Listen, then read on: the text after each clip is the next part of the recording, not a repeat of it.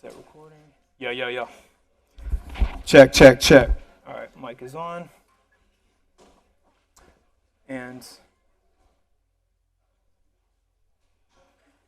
so Seth, check this out. So your mouse is up there. Yeah. See how I'm controlling it? It's not on the screen here. So you bring it over here, right? And then you're back here. Okay. All right, so now you can switch back and forth like this. There's top hat. And then there. So you click on here, click there. Cool? Yeah. Ready to roll, y'all. Welcome to Global Hip Hop and Social Justice. Hopefully you've dropped the course by now if you don't belong here. And what I mean by that is if you just feel like you're not going to have a good time. If you feel like you're going to have a good time, you're interested in the kind of stuff that I'm talking about, you're not excessively annoyed by the way I talk about what I talk about, because that matters. Aesthetics matter, as I'll argue in this course. You've all had the experience where a certain person tells you something and you don't want to hear it, and then somebody else might tell you the identical, exactly the same thing, but it sounds so much nicer because you just like that person's affect. That's aesthetics, right? And it matters. It colors, how we take information, how we understand things. And I don't even mean that to suggest that it's necessarily shallow or unimportant. Because remember I'm telling you that meaning is contextual. So even the same words mean something different in a different context. And what that means is that a different person is necessarily a different context if you understand that all our identities are socially constructed. So therefore, who a person is a function, listen carefully to what I'm saying, who a person is partially a function of where they are, right? How they are socially positioned is a big way that defines who they are in multiple different ways. So if you're down to take this ride with me, the point is not that you're going to agree with everything I say. The point is not that you like everything I say, right? If you were going to agree with everything I say, then that's another reason to drop the course, because it means you're not going to learn nothing, right? We learn stuff when we are confronted with contradictions in our thinking or in our knowledge, and we got to pick a path. You got to choose a side. You got to, encounter things that you thought were one way, turns out they're another way. Or you got to encounter things that you thought you knew, and turns out you didn't know them, right? It's very easy to pick up new information if you already know that you don't know the information. When you know you don't know something, then you're looking for somebody or something to give you that information. Unfortunately, what you don't know that you don't know is vastly greater than the amount of stuff that you don't know you don't know. Should I rhyme it? Make it simpler? Yes or no? That's controversial. Later. I'll say it again, though, because it matters. And I'll put it, rather than saying it in a rhetorical way, which is fun for me and, maybe amusing for you, but not necessarily more clear. I'm going to put it in a more clear way. My undergrad degree is in biology. When I graduated, I was what I thought, and I reflected on how much I learned and what I knew. I didn't feel that I was an expert in biology. I didn't feel like I knew everything about biology, which is kind of what I imagined when I started as an undergrad. I thought, I'm going to get this degree, I'm going to know everything about biology. I'm like into biology. Now I'm going to know all this stuff, right? And what I felt confident in saying when I graduated with my undergrad degree is that now I know what I don't know. I'm aware of where the gaps in my knowledge are. I'm aware of how to ask a question and how to look for answers and how to find out the answers to the questions that I want to know with respect to the various things that I might want to do in biology, right? So being aware of your blind spots, in other words, right? Being aware of what you need to look for, and being aware of the fact that no matter how much you study something, the only way to be an effective knower is to be a perpetual learner, right? That's what I'm talking about. So when I'm saying it's easy for you to learn stuff, so therefore, in other words, when I graduated with my biology degree, it was easy for me to learn biology. That's what I'm telling you, right? Because I knew where the gaps in my knowledge were.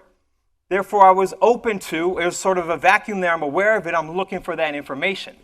Now, in this class is fun for you. This class is entertaining. This class feels good. When I am teaching you, when you feel that I am teaching you things that, in the better of the two ways it can feel good, when I'm teaching you things that you know that you don't know. So and this will happen in this class. You've been in arguments with the young Republicans or whatever, or a member of your family who's saying some ignorant ass shit. And you know that they are wrong, but you don't have what I told you about the other day, the intellectual ammunition to expose their fallacies in a way that is impossible for them to dispute, right? You don't have that practice. You haven't been doing that since you were 5 years old, like some of us. So that's what I'm here to impart on you, and that's when it feels good, right? Because you know you don't know that, you know you want it. Here's when it's not, when it doesn't feel so good. Right? And the other time it feels good, which is not so helpful, is when I'm just saying stuff that you already know and you already agree with, and you're like, yeah, fuck Donald Trump, yeah, exactly, right? But if that was the whole, that's what I'm saying, if that was the whole course, which it will not be, I guarantee you, then there'd be no point in you taking the course, right? Other than just for entertainment. Then it's not edutainment, then it's just entertainment, right? That's not what I'm trying to do, all my jokes aside. So the difficult part, and the part that I'm trying to warn you of ahead of time, is when all of a sudden I start saying things where you're like, no, wait, no, that's wrong. No, how can you, but I thought, when I am saying things that are uncomfortable for you, when I'm telling you that the social world and what is required for social justice is not what you already believe, and is not just something to add on to what you already believe, but is something that requires you to unlearn other things that you have been taught. When I start telling you, or when you start to, without me telling you, I start saying things which your subconscious begins to calculate, if I continue to follow this logic, I'm going to have to encounter uncomfortable situations. I'm going to have to make some sacrifices. I'm going to have to, if I want to be morally and ethically consistent, rather than being a hypocrite, I'm going to have to change certain deeply ingrained behaviors that I have grown up doing, right? When you start to encounter, and I'm not going to make you do it, right? Obviously. But it is uncomfortable just to have that experience in your own mind, that cognitive dissonance that I'm suggesting to you. If you show up here and actually pay attention, you're going to have, right? So that's if you're like, yeah, I'm down, I'm open to having my ideas challenged, right? And trust me, I'm open to having my ideas challenged. You ain't got to worry about that. If you're down for that, then you should be in this course. If you're not, it's not going to be fun, right? And you're probably not going to get the learning experience out of it that you should. So that's what I mean by, it's right for you or not. Let's go to some top hat questions related to the readings, the lectures, and the stuff we've done so far. We'll do attendance first.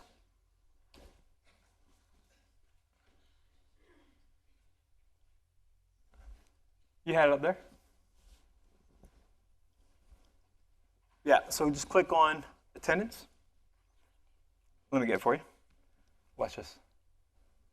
I go this magically, then the mouse. Oh, what happened? What browser are you using? This one, yeah. Okay, so there, see? And then move the mouse here. See the mouse up there? All right, and then, does that take attendance? Yeah. All right, bam. So it's not on your screen here. Watch it up there. You could maybe you could come over here and look at it. Yeah, how about this? It's going to be easier if you turn it around.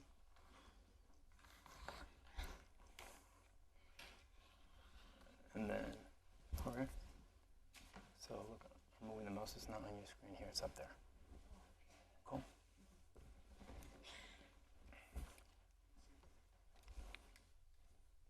Cool. Yeah. That's good. Perfect. All right. Who's here today? Dan, it's 167. Is that more than we were here last time? That's pretty good. Okay. It's 174 enrolled. 75. Okay. Wait, is this more or less than last class? It's more. Is it less or more? 163. Okay, so it's 4 students more. Okay. But yeah, it's not. I'm not saying relative to the enrolled students. I'm saying relative to where it says relative to students who it says submitted, which I'm not even clear what that means. I don't know. I don't care. It's not my problem. See all. It's whatever that discrepancy is. It's their problem. It's not your problem. It's not my problem. Unless it's unjust to them that they're not here, in which case it's our problem. See what I did there? 88. Okay, come on, guys. Click it. Let's go.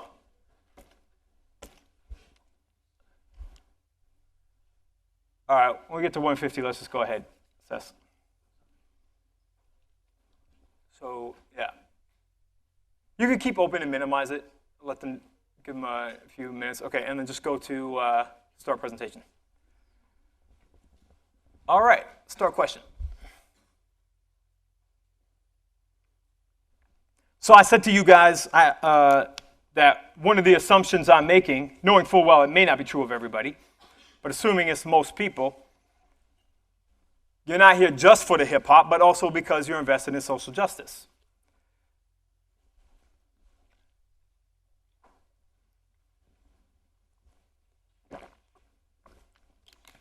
You got a timer up in the corner.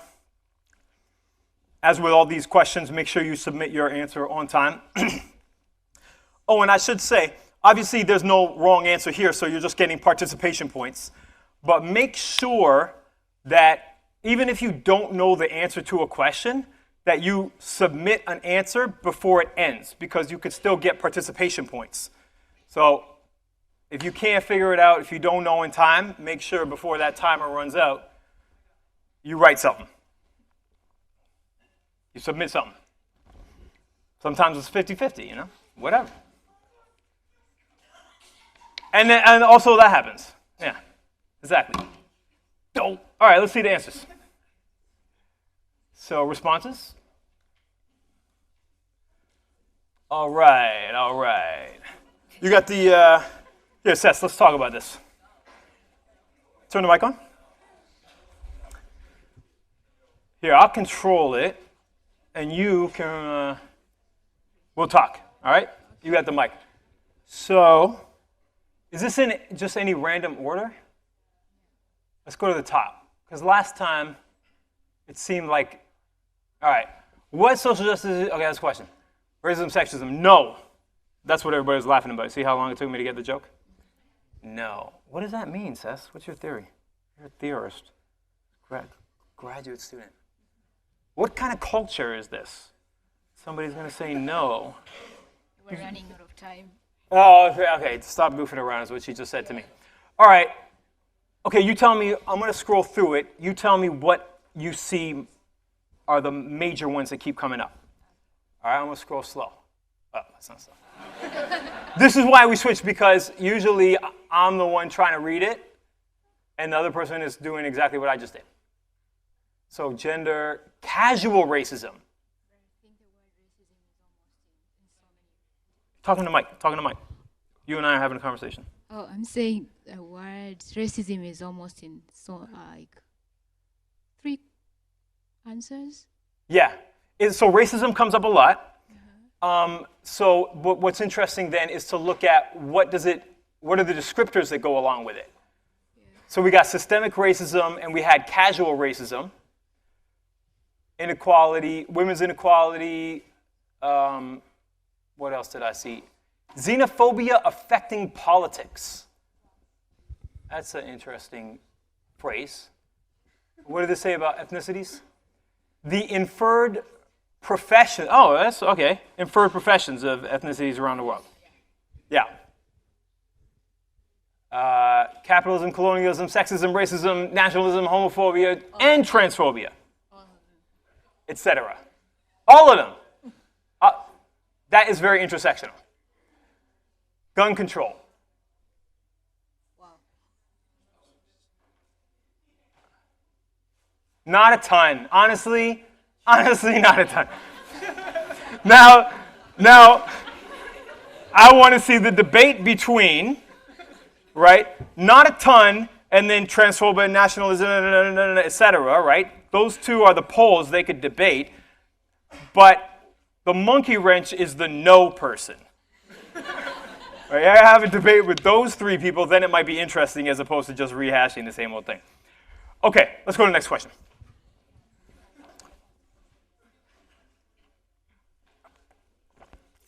Dan, did anybody write environmental issues on there? Did you see that? No? There was one? So what you guys could see the screen better than me. Oh, I shouldn't talk. You only have 50 seconds to answer your. I'll leave you alone for a minute. We can talk. So you think racism was the main one? What did you?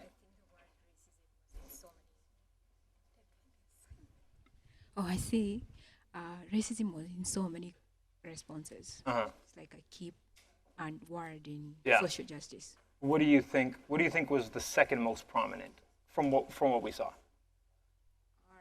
So xenophobia and ethnicity. Okay. Yeah. So and all that's related, right? To racism. Yeah. Okay. All right. Get it in. 6, 5, 4, 3, 2. Bang! Happy New Year. It's a party, y'all. Remember, it's late at night. We'll have a little party. We got some music. We're going to, do some intellectual kung fu. Let's see the responses. Okay, 100. Look at nice even 100. Liberal justice concerns only negative rights. Social justice concerns not only those rights, but opportunities to exercise them. 5 people, including obviously the no person,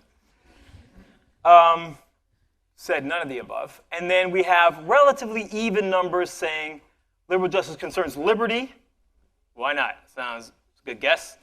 Liberal justice concerns freedom of speech. Social justice concerns fighting against hate speech. So whoever made up these false answers is very clever with words. Let's see the correct answers. Click on right there. Okay. 69%.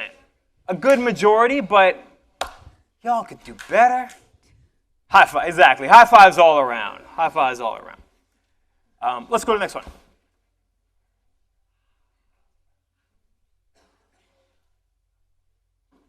Best song. Okay, this is easy.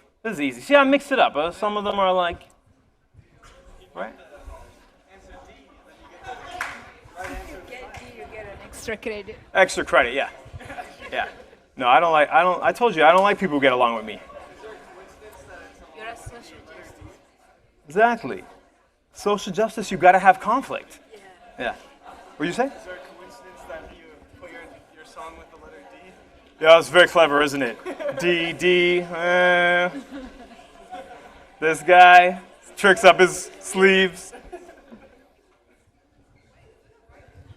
There's no right answer. I mean, I think there's a right answer, but you're not marked on the right answer is what I mean to say. If you want to be, The right answer is subjective. See, that's a better way to say it. You're marked on participation for this one, not getting it right. All right, let's see responses. It's a lot better than last time. This is I can handle this. It's better than last year. I got killed last year. I know my song got better. They clearly didn't listen to the sophisticated flow. Oh, wait, go back. Go back. I want to analyze these numbers. Let me see it. We can just start it and end it, I think. Responses. Okay. So MC Lyte beat out Public Enemy. Jay-Z is the winner. I'm not mad at that. You know why? Because everybody know Jay-Z. They don't all, people, you get accustomed to stuff, even if it sucks. And Jay-Z actually can rap. He can, just to let you know. But it's interesting that it's relatively close with the three runner-ups. Okay, let's move on.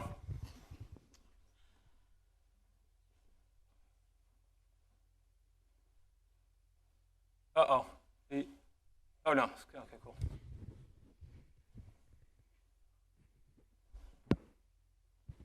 This one has right and wrong answers.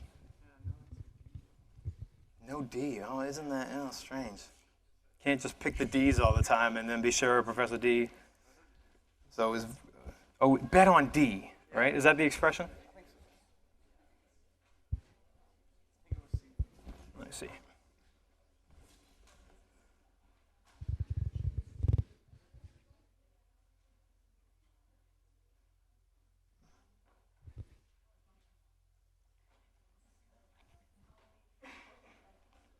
All right. 10 seconds left. What are you going to pick?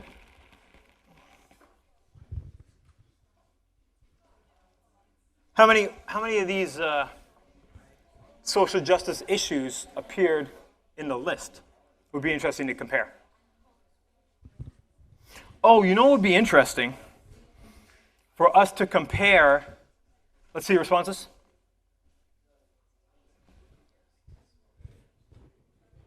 Exploitative labor practices, third world countries. There's even a typo in that. Dan, who typed this up?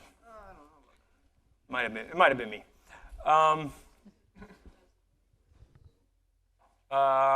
Usurpation of scarce water resources in third world countries. It'd be interesting. Let's go to correct answer. Be interesting to see. 94 answered correctly. Good job, guys. Yeah. Nice. Give yourselves a, come on, high fives all around. That's what I want to see. All right, let's go to the next one.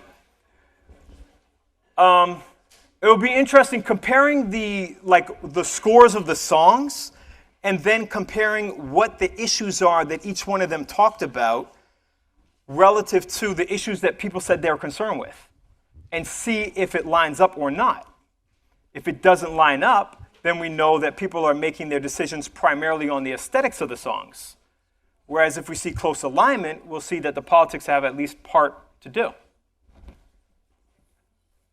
Science. Black steel. Why not?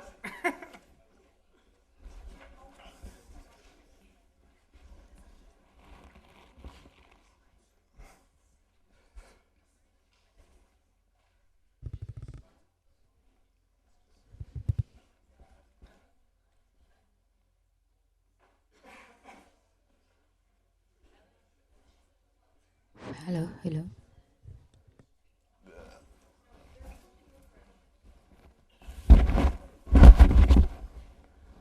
All right, time's up. Let's see the responses.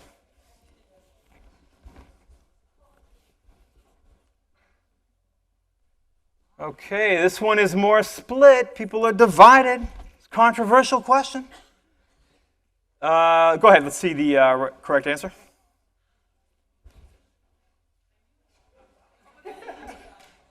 50. What's the percentage? Okay, we have What- BA is 64. What is that at the top? What does it say? Percentage correct? Oh, 97.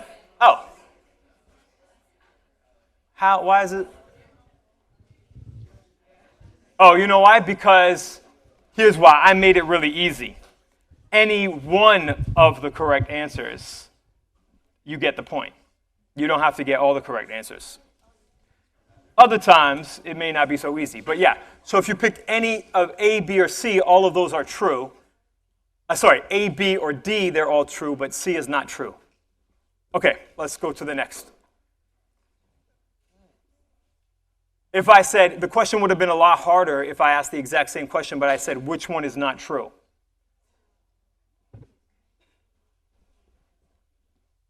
That's funny. Okay, let's go back to the slideshow then. So just click on PowerPoint. let me do it. Look, no, you come over here.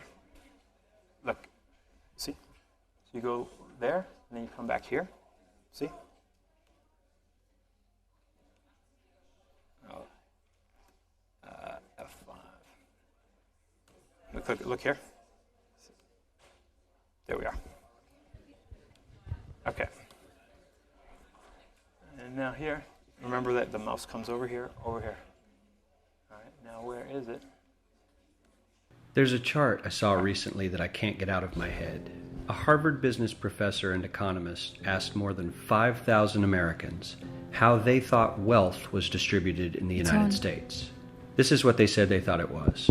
Dividing the country into 5 rough groups of the top, bottom, and middle 3 20% groups, they asked people how they thought the wealth in this country was divided. Then he asked them what they thought was the ideal distribution. And 92%, that's at least 9 out of 10 of them, said it should be more like this. In other words, more equitable than they think it is. Now that fact is telling, admittedly, the notion that most Americans know that the system is already skewed unfairly. But what's most interesting to me is the reality compared to our perception. The ideal is as far removed from our perception of reality as the actual distribution is from what we think exists in this country. So ignore the ideal for a moment. Here's what we think it is again. And here is the actual distribution. Shockingly skewed. Not only do the bottom 20% and the next 20%, the bottom 40% of Americans barely have any of the wealth. I mean, it's hard to even see them on the chart. But the top 1% has more of the country's wealth than 9 out of 10 Americans believe the entire top 20% should have. Mind-blowing. But let's look at it another way, because I find this chart kind of difficult to wrap my head around. Instead, let's reduce the 311 million Americans to just a representative 100 people. Make it simple. Here they are. Teachers, coaches, firefighters, construction workers, engineers, doctors, lawyers, some investment bankers, a CEO, maybe a celebrity or two. Now let's line them up according to their wealth. Poorest people on the left, wealthiest on the right, just a steady row of folks based on their net worth. We'll color code them like we did before based on which 20% quintile they fall into. Now let's reduce the total wealth of the United States, which was roughly $54 trillion in 2009, to this symbolic pile of cash. And let's distribute it among our 100 Americans. Well, here's socialism, all the wealth of the country distributed equally. We all know that won't work. We need to encourage people to work and work hard to achieve that good old American dream and keep our country moving forward. So, here's that ideal we asked everyone about. Something like this curve. This isn't too bad. We've got some incentive, as the wealthiest folks are now about 10 to 20 times better off than the poorest Americans. But hey, even the poor folks aren't actually poor, since the poverty line has stayed almost entirely off the chart. We have a super healthy middle class with a smooth transition into wealth. And yes, Republicans and Democrats alike chose this curve. 9 out of 10 people, 92%, said this was a nice, ideal distribution of America's wealth. But let's move on. This is what people think America's wealth distribution actually looks like. Not as equitable, clearly, but for me, even this still looks pretty great.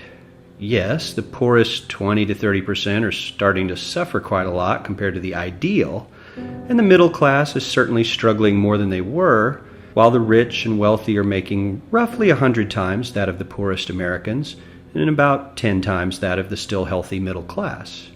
Sadly, this isn't even close to the reality. Here is the actual distribution of wealth in America. The poorest Americans don't even register.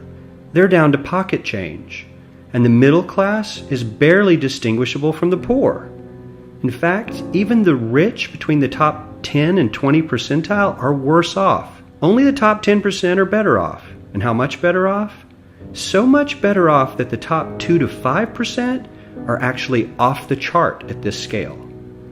And the top 1%, this guy, well, his stack of money stretches 10 times higher than we can show. Here's his stack of cash, restacked, all by itself. This is the top 1% we've been hearing so much about. So much green in his pockets that I have to give him a whole new column of his own, because he won't fit on my chart. 1% of America has 40% of all the nation's wealth. The bottom 80%, 8 out of every 10 people, or 80 out of these 100, only has 7% between them. And this has only gotten worse in the last 20 to 30 years. While the richest 1% take home almost a quarter of the national income today, in 1976 they took home only 9%, meaning their share of income has nearly tripled in the last 30 years. The top 1% own half the country's stocks, bonds, and mutual funds. The bottom 50% of Americans own only 0.5% of these investments, which means they aren't investing. They're just scraping by. I'm sure many of these wealthy people have worked very hard for their money, but do you really believe that the CEO is working 380 times harder than his average employee? Not his lowest paid employee, not the janitor, but the average earner in his company. The average worker needs to work more than a month to earn what the CEO makes in 1 hour. We certainly don't have to go all the way to socialism to find something that is fair for hardworking Americans. We don't even have to achieve what most of us consider might be ideal. All we need to do is wake up and realize that the reality in this country is not at all what we think it is.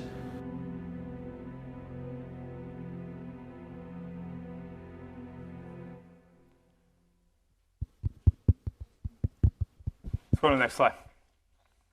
So, I don't know how many of you guys knew that stuff. It made me think of a song, which is on this album. I don't know if you guys heard it. And what I want to say about that video, as moving and as eye-opening as I hope it is to some people here, everything he said, you could multiply that tenfold or more, and the disparity and the injustice is that much more drastic when you think globally instead of nationally. If you think about the entire world, you do the exact same thing, right? You hear about globalization a lot. I'm going to play another video. Somebody's talking about globalization. It's an awesome thing. Lots of things are great about globalization depending on how you define it, depending on the context that we are talking about it, because I've told you context, meaning is context dependent. But in this song, which I haven't assigned to you yet, I'm not even sure if I have it assigned, but I'm going to spit a verse for you because it'll put this nationally bounded thing, right? People are concerned. People watch this if it evokes sympathy, it evokes sympathy for or concern for one of two reasons. One, because you are not the 1%. In other words, you're somewhere else, and then you have sympathy for yourself, which, most people are good at having sympathy for themselves, sometimes too good. Or else, it's because you have empathy for people who have less than you, right? You care about other Americans. You might be cool. You might be in that middle class. You might be higher up there. You might be in that rich category, right? Hope y'all are. Hope y'all got a few Bugattis. All good. But if that evokes sympathy in you, and it doesn't, watching, just because you're rich doesn't mean you wouldn't have sympathy. Doesn't mean you don't care about other Americans. But this video was framed all about Americans. The problem, though, extends far beyond one country, right? Because we are in a globalized world where the economies are interdependent. I am the third world. Even though I live in the first, I thirst for justice and I side with the earth. The terms developed and developing are wrong, because the West has a way more volatile style, disrupting what had been developed and reliable. Further polarizing and risingly unstable, I am the third world truly, and due to the changeable nature of this danger, so might you be.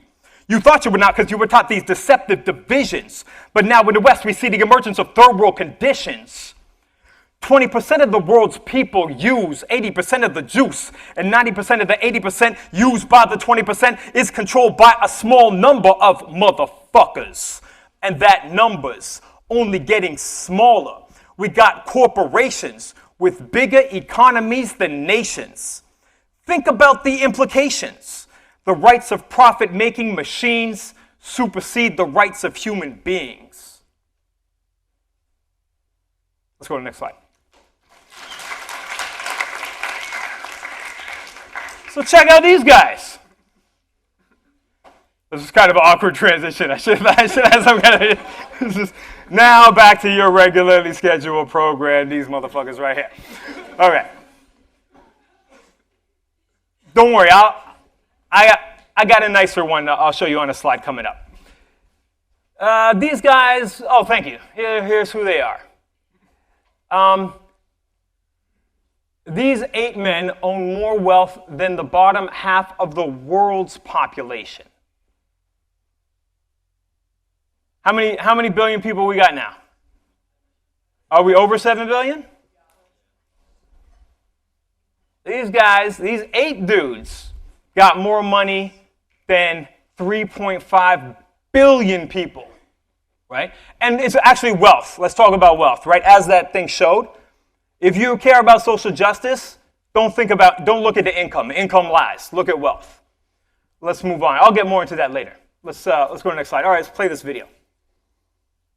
Here's a little sad comic relief, if I haven't given you enough of that already.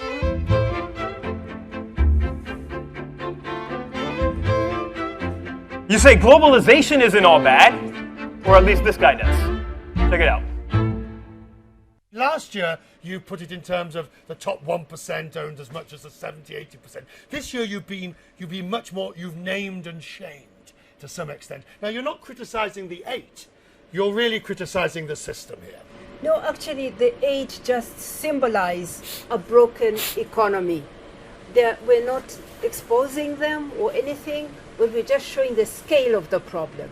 That 8 people whom you can sit around a table now own as much wealth as the bottom half of humanity. It doesn't make economic sense. It doesn't make moral sense. It's immoral that so much wealth is concentrated in the hands of a few people, and 1 in 9 people go to bed hungry every night.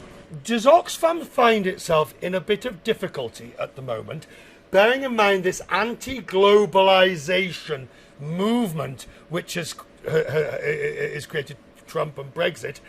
Because at the same time, globalization has taken so many people out of poverty in the developing world, as you well know.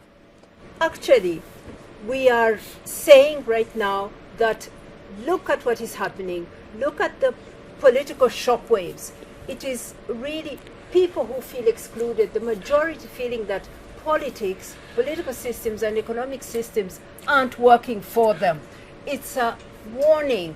It's a loud cry from the majority of people calling for a common sense approach to economic management to make economies work for them. But they are calling for changes that arguably could help the poorest, that could hurt the poorest in the world. Because if globalization goes into reverse, then you're not going to get the expansion of wealth. Some would say. Not really. In fact, what we need fuck is on his hand? is for You know what I'm saying? governments to take charge and manage economies sensibly. It's okay, It it's always- isn't globalization per se. What does that mean? It is Why is he playing- all the What does that rules mean? in the economy that work against ordinary people. Take, for example, tax dodging. Globalization does not imply that companies should use tax havens, be allowed to use tax havens not to pay their fair share of taxes. Governments should curb tax dodging, should stop this race to the bottom on corporate tax. These can make, we can have a globalization that works for the majority. All right, what do you guys think of this video here? That guy lip smacked so much, it was unbelievable. He was trying to get into the conversation, cut her off. He was like, cutting her off. What? Yeah, like so much cutting off, right? And it's not just verbally, right? So he's the lip smacking. Maybe you could consider that verbal. You know, it's like verging. But look at the body language, right? This is 2017, so you know maybe he's clearly not American, but maybe he, you know, took an example from a prominent American. I don't know. But yeah, remember what I said is that we can read videos. Even we were talking about some of the videos we'll be assigned in this class are hip-hop songs in other languages, but you know, we can read the visuals in ways, right, that even, you know, regardless of where you are, even if you didn't know what language they were speaking, right, you might read something about that as weird. You know, questions might come to your mind like, what is this guy on? That's what I wonder. I'm like, what? Like, clearly it's some kind of stimulant. You know what I mean? Might just be coffee. I don't know. Might be some other kind of killer coke. You know. But we'll talk about the content of what he's saying, right? So clearly he's not interested in hearing anything she has to say, right? That's kind of obvious. But also, so he's there with his, you know, his pre-planned, but what about, right? Like, what is he, and he's acting like he's gonna, like, what does he think? This is the head of Oxfam, right? She's put out this report, he's explaining it, and he's like, yeah, but if globalization goes into reverse, like, what? It's as if he expects her to say, oh, yeah, I never thought of that. Oh, never mind the report. You know what I mean? Never mind the facts and figures and lives of billions of people, right? Fucking weird. Okay, let's go to the next slide.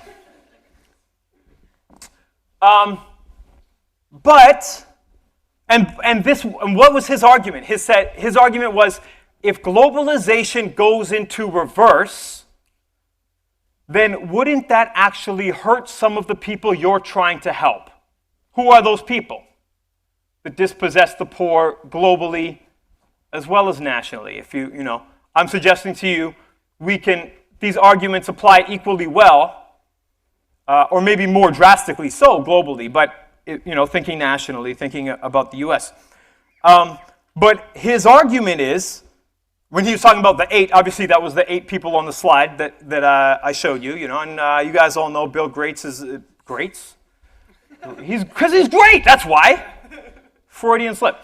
Bill Gates and Mark Zuckerberg are like, you know, they are people who donate a lot to charity, right? So aren't they good people, right? So some of y'all are shaking your head no, but I'm sure some of you think they are. And we can debate that, right? But I don't think it's crazy for some of you to believe that they are good people, right? I haven't hung out with any one of them. But, probably we could have some good conversations about not hip-hop. Me and this guy could have some good conversations about hip-hop, right? But he's not returning my calls. I don't know why. No. The argument, give back, philanthropy. Philanthropy will solve the problem. That's what Jay-Z argued to you in Moment of Clarity. Right? That's literally what he said. He's facing a dilemma, right? I dumbed down for my audience to double my dollars. They criticize me for it, but they all yell holla. If skill sold, truth be told, lyrically, I'd probably be Talib Kweli. Truthfully, I want to rhyme like common sense. But I sold 5 mil, ain't been rhyming common sense. Bars. Right? Like, come on, I'm going to be what do you want me to do? I'll be a conscious rapper, like this motherfucker, Professor D. I'm not even returning his calls. And then I ain't going to get no money, and then people going to call me a hater. Right? I used to rhyme with all that complex shit. I could do that shit. That's what he's saying. But that don't make the money. I sold 5 mil, I saw the light. And besides, now I can give back. Not to Cap, I can't give Cap a job. Don't ask me why I can't give Kaepernick a job. I just, I give back in other ways. That's the argument, right? So, but I'm being very serious when I say, asking, aren't these people good? In my argument, aren't they good people? The whole good person question is the totally wrong way to go about approaching questions of justice and injustice. And that's why you need a theory, a good theory of social justice if you want to bring about social justice. Because though there's many things in the world that we can't know, but one of the things that we can never know is somebody's intentions. You, vast majority of the time, don't even know your own intentions. You don't even know why you do the things you do. But what you cannot know is why other people do the things they do. And that's why it is absurdly unjust, so absurd that my voice just cracked, absurdly preposterous, that you can have laws where, for instance, it's just the way you determine if it's just or unjust for a police officer to murder somebody is if they feared for their life.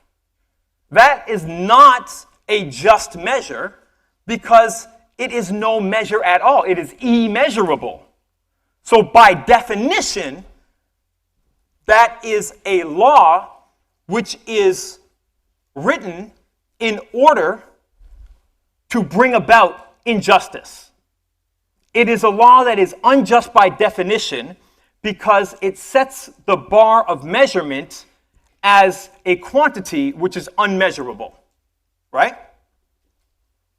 And then, now that sounds crazy, right? It's obvious that is ridiculous when I put it that way. And I'm suggesting to you it is ridiculous. And many of you already knew that.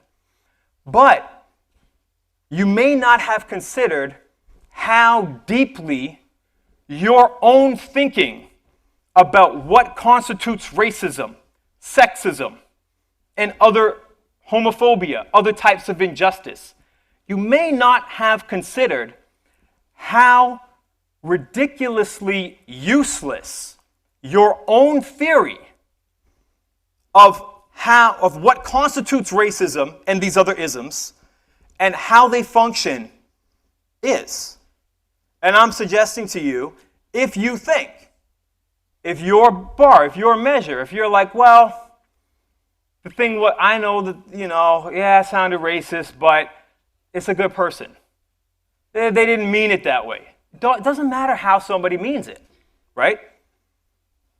To determine, if that is our determinant, that is undeterminable. Therefore, that is a theory that will not work. So why does that theory exist? I'm suggesting to you, it exists because it is useful for those who want to perpetuate injustice. That's why it exists. Because if everybody who wants justice has a theory of social justice that will not bring about justice, then that serves injustice.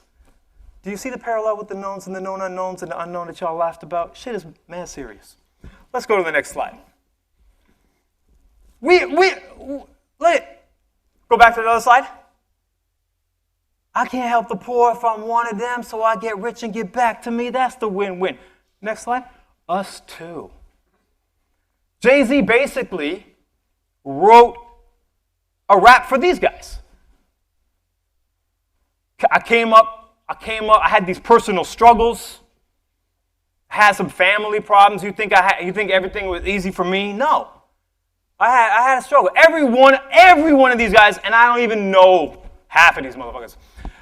But I guarantee you, if I Googled them, you would find some narrative of some struggle they had in their life, you know, to justify why they're good guys and they deserve what they have. But what if that shit's irrelevant? Let's go to the next slide. So this is why Brian Barry says in the part of his book that you read, Why Social Justice Matters, let's go to the next slide,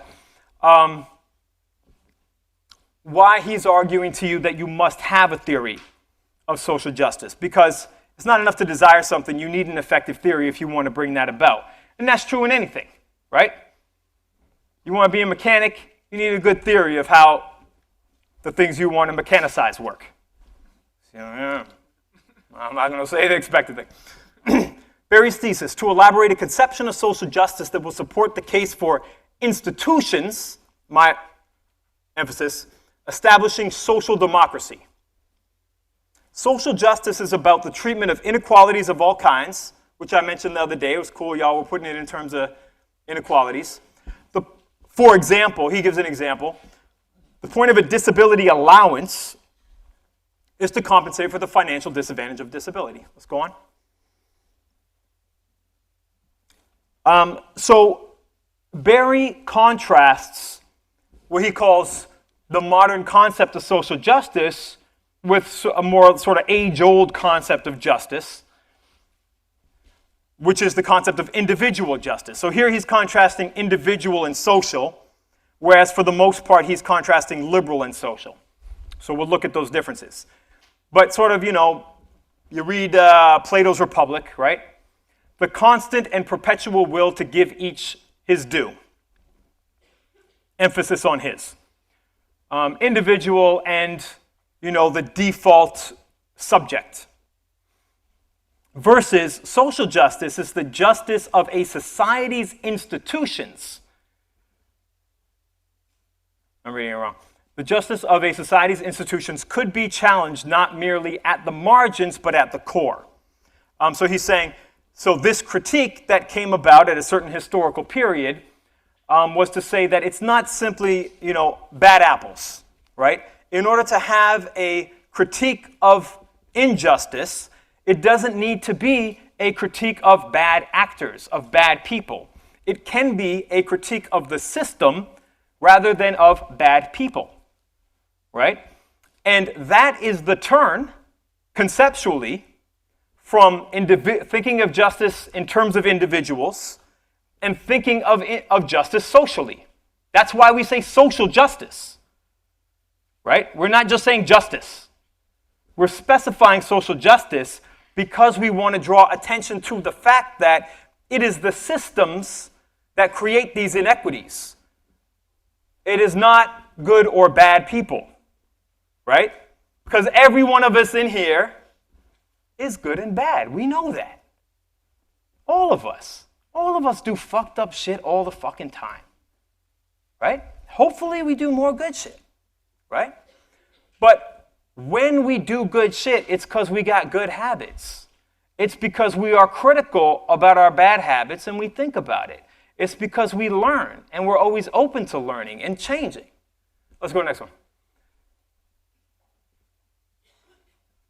Key ideas of social democracy. So Brian Barry's arguing, and here I meant to say this earlier. Let me say this very clearly. This is Brian Barry's theory of social justice. It's not the only theory of social justice. There are other theories of social justice that I like better than this one. I didn't give you this one because it's my favorite. I gave it to you because I feel like it's a really useful, clearly written out one that we can start from. You can go from here and look at other theories. You can have critiques of this theory. I have lots. But I'm giving you this so that we can be on the same page and have one that most of us can buy into to some degree, and we have sort of a common language for discussing social justice throughout this course. So I'm not giving you a wholehearted endorsement, and whatever I do endorse wholeheartedly, I'm telling you, I'm cool if you reject it. Just have good reasons. Power of capital must be curbed. This is all in, you don't have to write this down. If you take some point form notes, that's in the reading. Power of capital must be curbed by strong trade unions. Distribution of wealth created by capitalism is unacceptably equal. And this is the key point that you got from that slide. What Barry argues, this is a really fundamental thing. Everybody stop writing, listen to what I'm saying. Remember what I said before, what I'm testing you on and what I'm teaching you, it's not on the slide. What's on the slide, that's in the reading, and it's to remind me to tell you the important shit.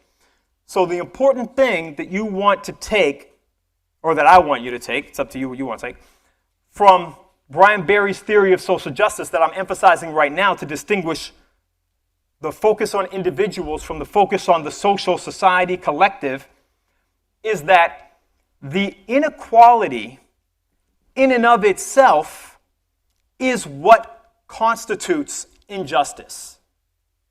It doesn't matter how that inequality, let me not say it doesn't matter, irrespective of how that inequality comes about, it is still unjust. Anybody know why I stopped myself when I said it doesn't matter how it comes about?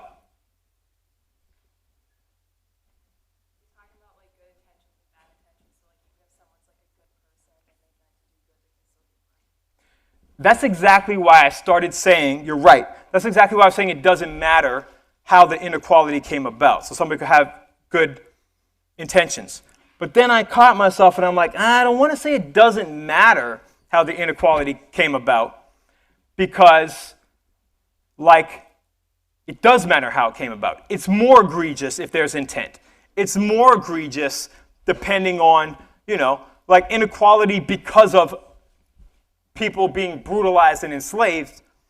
That matters compared to inequality, because of the trade union laws, right? Or the different trade laws. There's a distinction there. So how it comes about matters. That's why I changed what I was saying. But irrespective of how the inequality comes about, the inequality in and of itself is unjust, right? So that's the key point. And the reason why we want to emphasize that, the reason why Barry is arguing that, is because of what I was telling you a moment ago when I was talking about the immeasurability. You don't have a good theory. Your theory is not scientific. Your theory is not logically valid if the way you make your determinations, I see your hand, I'll come to you. If the way you make your determinations is on a criterion which is undeterminable, right? Or which you think you can determine, but really you are assuming, then it's not a functional theory. It's not a logically valid theory. It's not going to bring about the things that you want to bring about. The third point here is high quality education, health services, sometimes housing, should be provided universally in ways equally available to all.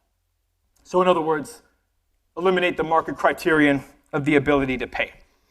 So these are the general tenets of what constitutes social democracy, which is, in Barry's philosophy, genuine democracy, to be distinguished from liberal democracy. Liberal democracy, which most of you guys seem to understand based on the way you answered that top hat question. I think majority of people got that right. Liberal, when liberal is attached to, is the adjective, the focus is on negative rights. So as long as, let's talk about education to illustrate this. I'm going to come to your question. To understand the difference between positive rights and negative rights, right? If education, let's say Dan and I are in a debate, right? Dan and I both agree that education is a right, let's say. Dan and I both agree, as did, I don't know if you guys heard of this guy, Thomas Jefferson, he thought education was a necessary thing for democracy, and you and I do too, right? We might disagree on some things, and we also have disagreements with that other dude I just talked about. But one thing that we agree on, the three of us, is that you need the right to education if you're going to have a real democracy, okay? But Dan when he says education is a right, he's talking about rights in the negative sense. Whereas, and negative doesn't mean bad in this context, good and bad. What it means is the negative rights are rights which are violated if you are denied access to, if it is illegal for you to access that thing, then you don't have the right to it. Whereas positive rights, as I'll show on a slide here, positive rights is when you're both not legally barred, but you also have a viable opportunity to exercise that right if you so desire, right? So, to put that in real simple terms, if you have the right to education but we just mean that in terms of negative rights, it means it's not illegal for you to go to school. But it doesn't mean that society is required to make sure that you have the financial resources to go to school. If you can't afford it, that may be your problem. Okay? But if we mean the right to education and we mean it in terms of positive rights, then we mean that your rights are being violated not just, if it's illegal. Even if it's legal for you, but you don't have the financial resources in order to go to school, you need X amount of dollars for tuition or books or whatever it is, then that right is being violated. That's the distinction. And that's the difference between a viable democracy, a social democracy, according to this theory, versus a liberal democracy, where you have equality on paper. Yeah, it's not illegal, but you don't have equality in practice, not in reality. Let's move on. So how do we determine if something is just or unjust? The answer, according to Bryan Berry, is we look at the effects on ROR. What's ROR? Anybody know? What's the criteria Bryan Berry gave you for distribution of what? Nobody knows? What is it? Somebody? You can shout it out. Rights. Okay, rights is one of them. Rights and opportunities and rights, opportunities, resources. Yeah. So I'm going to say ROR. Okay, what was your question? Let me get the mic. Do you still want to ask it right now? Yeah, sure. Okay, cool. All right, I guess it's kind of we talked about definitional stuff last time a little bit. It's We kind did. of a definitional issue. And so you said that inequality is unjust, right? Mm-hmm. I'm going to throw a third word in there, fair. Sure. And what is the relationship between equal and fair and just? And I was thinking maybe is fair one of those kind of unquantifiable things you were talking about? Good question. So I'm not sure if everybody heard. The question was, tell me your name again? Mason, yeah. Mason said, what about fairness? Is fairness something that needs to be factored into this question of inequalities, right? So in order to determine if an inequality is just. So I'm saying to you that, Bryan, in the reading which you've already done, which you already know, Bryan Berry is telling you that drastic inequalities are unjust irrespective of how they came about. So they could have come about through things which we can look at and we can say that was clearly unjust, right? These inequalities came about through clear abuse, through clear oppression, through clear violence, right? But there also might be things where we disagree, where it's not clear, where we say, yeah, that came, like Bill Gates or what's his name, Zuckerberg? You might, like, it's not clear that they got their wealth through something that was unjust, right? That's debatable. But what Brian Barry is saying is that doesn't matter. What matters is look at this inequality, and just like you saw in that video there, look at what people imagine a fair, a just society would look like, and then look at how far away we are from that. And then think about what are the effects of that drastic inequality.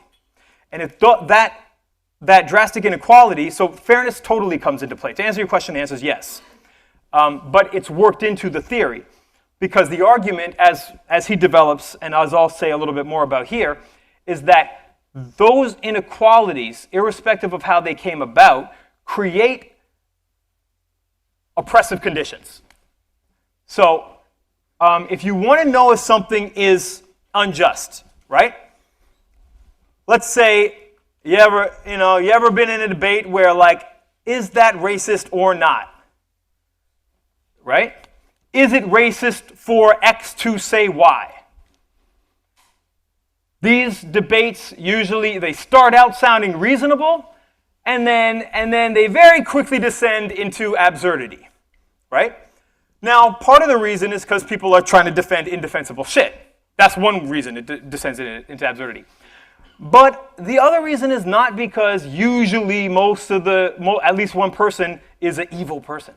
That's not why. It's because the theory, that's sometimes the case, okay, sometimes. But usually it's because the theory is not a good theory, it's not accurate. And here's why. It's because it gets into this question of intentions and what did the person mean, all that kind of stuff. Instead of, what is the effect of the statement or the song or the theory or the book or the show or the assault on rights, opportunities, and resources, or the violence, right? Everybody here would agree violence is wrong, right? Yeah? Exactly. Except when it's not, right? Because the context matters, right? Like we are assuming, when you say yes, of course you're right because you're assuming a context, which generally is true. We're all on the same page. But the fact of the matter is, if we are violently oppressed and we have a violent uprising, that's justice, right? So the context really matters. Some crazy gunman, it's always a man, right? So let's hope it doesn't, I'm not saying ladies. Well, it depends on the context, but someone comes in here and starts shooting all of us up, right? Yeah, it may require some violence to stop him, right? You wouldn't be like, that was unjust. Professor D knocked the motherfucker out who took his gun, bam, bam, bam. It was so fast, it was crazy, right? You wouldn't be like, fuck, D is so contradictory. Why does he do this shit? Let's go to the next slide. He took away the guy's rights, opportunities to kill us all. We can ascribe justice and injustice to actions by individuals as well as institutions, in both cases judging them on their effects on the distribution of rights, opportunities, and resources. This is a lesson I want you to take throughout the rest of the semester. This is how I want you to go back and listen to the songs, because this is a quote from Barry, but I'm saying it's not just individuals and institutions, it's all cultural productions, which is everything, right? So we can read songs and we can we have much more sophisticated conversations about how a particular song, a particular performance, a particular behavior, a particular action impacts justice or injustice. And we can talk about it in terms of what is the net effect on rights, opportunities, and resources, right? What is the effect on somebody put on the screen casual racism? Right? Does it justify it? Does it okay it? Does it perform it? Right? Or does it make it harder for somebody to perform it? Right? Does it mitigate the effects of it? Right? Because culture matters. We all, obviously, right? Because aesthetics appeal to us, right? And they make something more or less convincing. When we put it in these terms, then we have to challenge these kinds of things. You know, the most common, if you ask people, what is racism, right? Oh, they're going to talk about hate. You hate somebody because of their race, right? Really? Really? How well thought out was that? How, you know, it's knee-jerk. We just say it because that's what we heard, right? And we all know we're against racism, right? And therefore, oh yeah, that guy's comments weren't racist because he has black friends, you know. You heard this shit. You've heard it 1,000 times. But even though you've heard it, right, have you really thought about the fact that, do you have a definition which is more logical, reasonable, accurate, which allows you to make an intervention that has the impact that you want to make? And I'm suggesting to you, if you're defining things, if you recognize that we live in a system of systemic racism, systemic poverty, which is socially created, systemic sexism, which is not just perpetrated by evil dudes, but by a system that is designed to accrue rights, opportunities, and resources for certain people and divest the rest of us from them. If you understand that, then you have to think about the fact that you are not going to change that system by continuing to use the definitions created by that system. Let's talk about it next week. Yeah, we can clap. That shit was dope. You know, come on. Come on, give it up.